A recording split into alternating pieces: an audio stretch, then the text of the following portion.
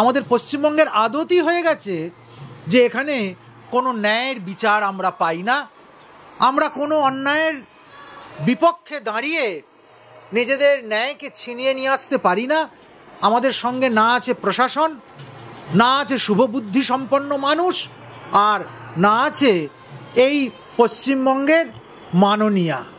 তিনি যদি একটু সতর্ক হতেন, একটু সঠিক পদক্ষেপ, তার যে দায় এবং দায়িত্ব এবং কর্তব্য তাকে যদি মনে রাখতেন, তিনি নিজে একজন নারী, অথচ তার রাজ্যে একের পর এক নারী ধর্ষিতা হচ্ছে, একের পর এক নারীর প্রাণ চলে যাচ্ছে, এরপরও জোর গলায় তিনি বলবেন পশ্চিমবঙ্গের উন্নয়ন চলছে, পশ্চিমবঙ্গ সব ঠিক আছে এবং পশ্চিমবঙ্গে সর্বত্র শান্তি বিরাজ করছে।